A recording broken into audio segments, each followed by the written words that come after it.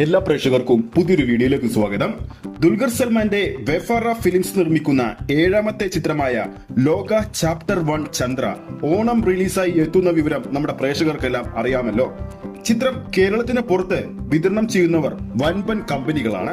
ഇപ്പോഴത്തെ ഓണം റിലീസായിട്ട് ഓഗസ്റ്റ് 28-നാണ് ചിത്രത്തിന്റെ theatre release ഇപ്പോൾ പ്രഖ്യാപിച്ചിരിക്കുന്നത്. കൂടുതൽ അപ്ഡേറ്റിലേക്ക് പോകുന്നതിന് മുമ്പ് നമ്മുടെ ചാനൽ ഇതുവരെ സബ്സ്ക്രൈബ് ചെയ്തിട്ടില്ലെങ്കിൽ ചാനൽ ഒന്ന് സബ്സ്ക്രൈബ് ചെയ്ത് സപ്പോർട്ട് ചെയ്യുക. നമ്മുടെ പ്രേക്ഷകർക്കറിയാം, ക്വാളിറ്റിയുള്ള സിനിമകൾ മാത്രം മലയാളത്തിൽ നിർമ്മിക്കുന്ന ഒരു നിർമ്മാണ കമ്പനിയാണ് DQവിന്റെ നിർമ്മാണ കമ്പനി. ആ ഒരു ക്വാളിറ്റിയുള്ള പ്രൊഡക്ഷൻ കമ്പനിയിൽ നിന്നും ഒരു യൂണിവേഴ്സ് ഒരുങ്ങുകയാണ്. അതും ഒരു സൂപ്പർ ഹീറോ യൂണിവേഴ്സ്.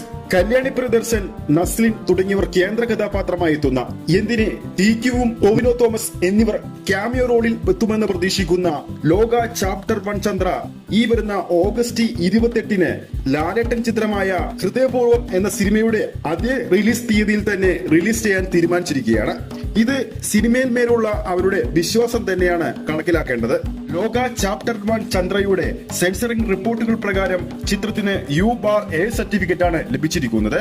അതേപോലെ തന്നെ ലാലേട്ടൻ സത്യനന്ദിക്കാട് ചിത്രമായ ഹൃദയപൂർവ്വത്തിന് സെൻസറിംഗ് റിപ്പോർട്ടുകൾ പുറത്തു വന്നപ്പോൾ U സർട്ടിഫിക്കറ്റുമാണ് ലഭിച്ചിരിക്കുന്നത്. ലോക ചാപ്റ്റർ 1 ചന്ദ്രയുടെ തമിഴ്നാട് വിതരണാവകാശം സ്വന്തമാക്കിയിരിക്കുന്നത് MGS സിനിമാസ് ആണ്. അതോടൊപ്പം ചിത്രത്തിന്റെ കർണാടക വിതരണാവകാശം സ്വന്തമാക്കിയിരിക്കുന്നത് രാജ് പി ഷെട്ടിയുടെ ലൈറ്റർ ബുദ്ധ എന്ന നിർമ്മാണ കമ്പനിയാണ്.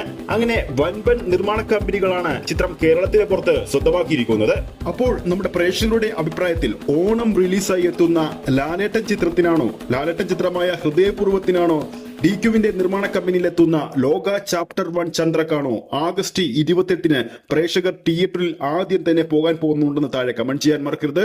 നിങ്ങളുടെ ഇഷ്ട സിനിമയുടെ പേര് താഴെ കമന്റ് ചെയ്യുക. വീഡിയോ ഇഷ്ടപ്പെട്ടെങ്കിൽ ലൈക്ക് ചെയ്യാനും ചാനൽ സബ്സ്ക്രൈബ് ചെയ്യുന്ന കാര്യം വീണ്ടും ഓർമ്മിപ്പിക്കുന്നു. അടുത്തൊരു അപ്ഡേറ്റുമായി നമുക്ക് വീണ്ടും കാണാം.